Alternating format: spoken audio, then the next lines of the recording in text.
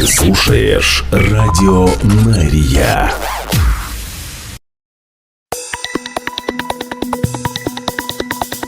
Израильская служба новостей в прямом эфире на Радио Мария. Сегодня 26 марта, среда. Мы начинаем.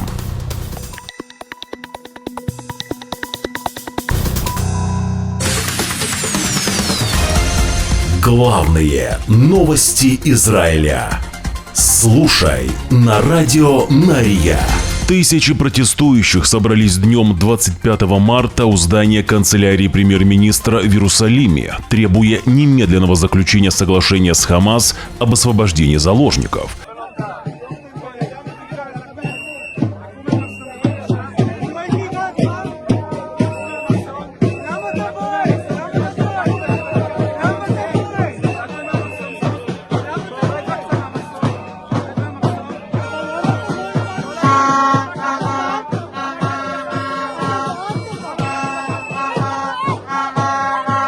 На протесте появилась и сестра освобожденного заложника Ярдена Бибаса. Она выступила перед протестующими возле канцелярии премьер-министра в Иерусалиме, предупреждая, что продолжение боевых действий в Газе ставит под угрозу жизни всех заложников. Ярден вернулся живым, но Шири, Ариэль и Кфир не выжили. «Я не могу бежать от этих слов, от этой реальности», — говорит Офри Бибас. «Военное давление лишает заложников жизни». Конец цитаты. Обращаясь к премьер-министру Израиля Биньямину Нетаньягу и его правительству, она говорит: «Не выражайте соболезнований, предлагайте сделку», добавив, что единственный способ сделать это положить конец войне в Газе.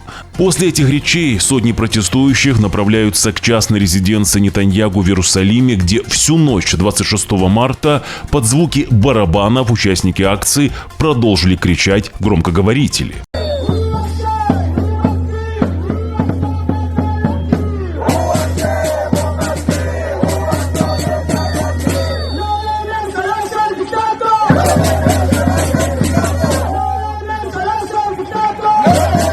К сожалению, здесь мы не можем показать некоторые кадры. Все это можно увидеть в нашем телеграм-канале. Ссылка на наш телеграм-канал будет в первом закрепленном комментарии под этим видео.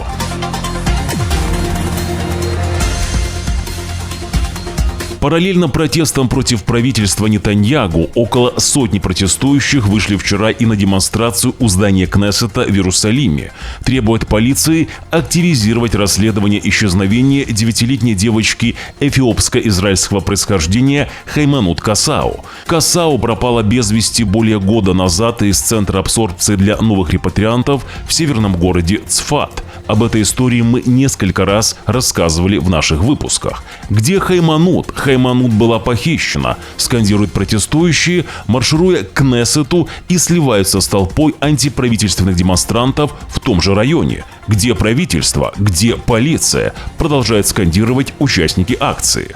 Также протестующие заявили, что якобы полиция и Шабак игнорируют дело Касау из-за ее, цитирую, эфиопского происхождения. У Хайманут был не тот цвет кожи, кричат участники акции. К протестам против правительства Нетаньягу, а также протестам против полиции по поводу исчезновения Хайманут Касау присоединился еще один протест. Участники этого протеста выступают против принятия бюджета на 2025 год, а также кричат: «Вместе мы победим». Побеждать же, видимо, собрались премьер-министра Израиля Биньямина Нетаньягу, пока наши военные сражаются в секторе Газа.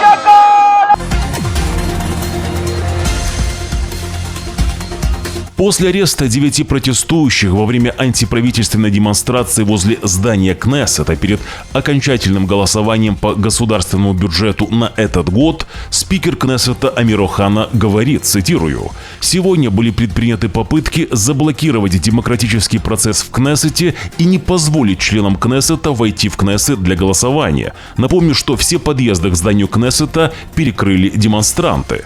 Амир Охана продолжает. «Я призываю правоохранительные органы привлечь виновных к ответственности и не довольствоваться арестами и эвакуаторами, а скорее судебным преследованием. В государстве Израиль существует свобода слова, но никто не имеет права силой блокировать демократический процесс в Кнессете. Это выходит за рамки правил», — сказал Амир Охана. В это же время президент Израиля Ицхак Герцог встречается с освобожденным заложником Омером Шем-Товом в резиденции президента в Иерусалиме. Омер говорит, цитирую, «Когда нам показывали в Газе телевизор, когда мы были в плену, они показывали нам раскол среди людей», говорит Шем-Тов Герцогу, согласно цитатам, опубликованным канцелярией президента. Омер Шем-Тов продолжает. «Это значительно укрепляет Хамас. Хамас говорят о том, что Израиль будет уничтожен изнутри, и это придает им силы». Конец цитаты. Человек, который вернулся из плена из Газы, в 2 фразах рассказал о том, что на самом деле сейчас происходит в нашей стране. Укрепление Хамас. Хамас ждут этого. Вот и результаты криков «Ахшав сейчас» и перекрывания улиц у резиденции премьер-министра.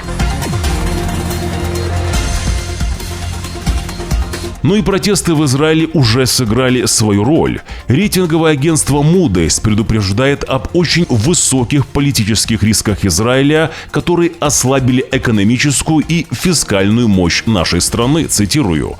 «Неопределенность относительно долгосрочной безопасности и перспектив экономического роста Израиля намного выше, чем обычно. При этом риски для сектора высоких технологий особенно значительны, учитывая его важную роль в качестве движущей силы экономического роста и существенного вкладчика в налоговые поступления правительства», говорится в регулярном отчете агентства Moody's о кредитном рейтинге Израиля.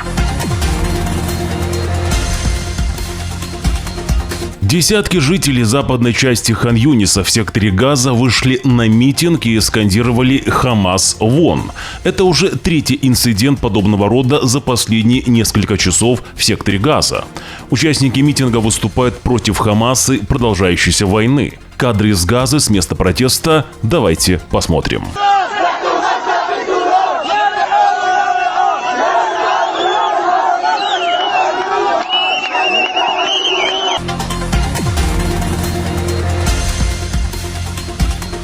Напомню, что вчера был принят бюджет на 2025 год. В видео с министром финансов Израиля Бецалелем Смотричем после принятия бюджета премьер-министр Биньямин Нетаньягу говорит, что враги Израиля надеялись, что бюджет не будет принят, что приведет к падению правительства. Нетаньягу продолжает и говорит, что Иран, Хамас и другие надеялись, что это помешает Израилю достичь великой победы, на пороге которой мы действительно стоим.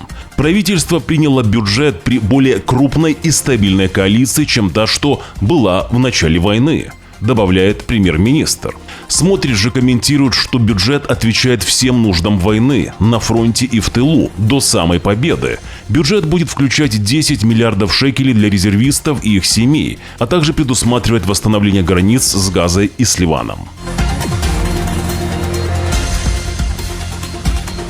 Тем временем оппозиционные законодатели вставали и держали плакаты в Кнессете с цифрой 59, указывающей на число израильских заложников, которые еще остаются в секторе Газа. Все это происходило, пока Кнессет голосовал по государственному бюджету на этот год. Спикер Кнессета Амир Охана продолжал вести заседание, не останавливаясь, пока депутаты Кнессета кричали и размахивали плакатами.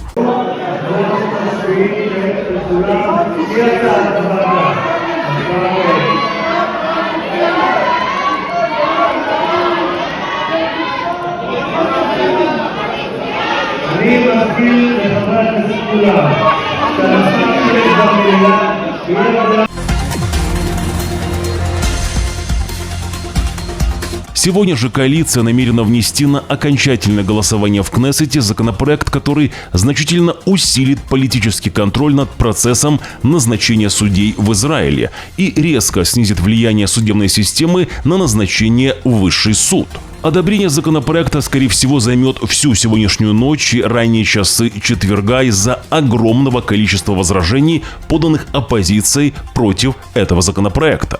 Напомню, что законопроект увеличит число политических представителей в комитете по отбору судей, состоящем из 9 человек. Это также предоставит политическим представителям коалиции, оппозиции и судебной системы в комитете по отбору судей, состоящем из 9 членов, право вето в отношении назначений в суды низшей инстанции, в отличие от нынешней системы, где ни одна из сторон не имеет права вето.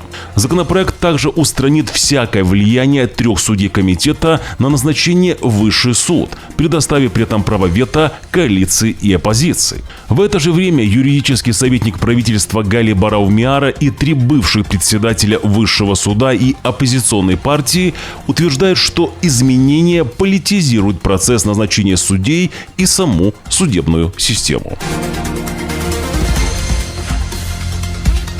После публичного скандала министр обороны Израиля Исраэль Кац встретился с начальником Генштаба армии обороны Израиля генерал-лейтенантом Эялем Замиром.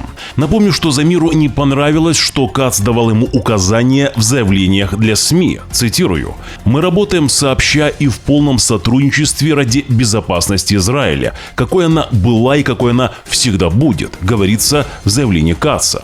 По данным офиса Каца, они обсудили пути возвращения заложников, усиление военного давления в секторе Газа на группировку Хамас и действия армии обороны Израиля на других фронтах.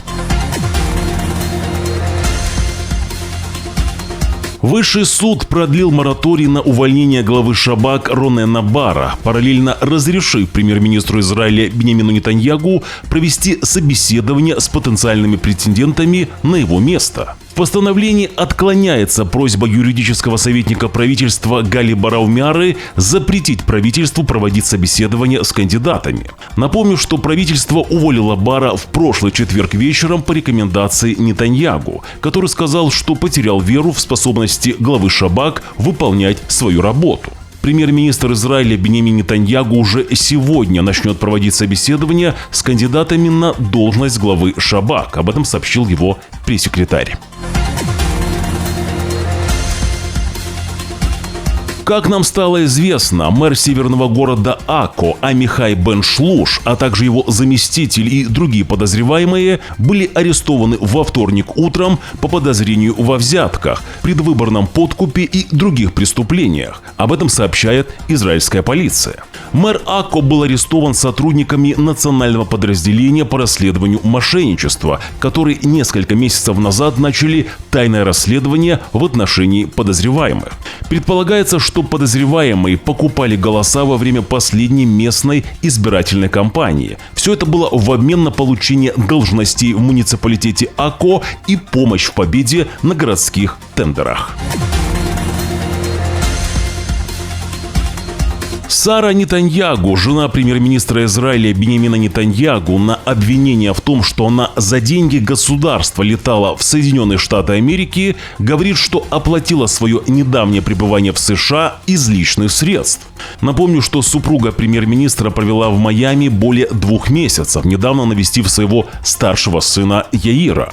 Напомню, что по делу о коррупции мужа Сары, премьер-министра Израиля Биньямина Нетаньягу, обвиняют в том, что он по заказу Сары брал в качестве подарков шампанское и сигары. Судебный процесс по этому делу продолжается.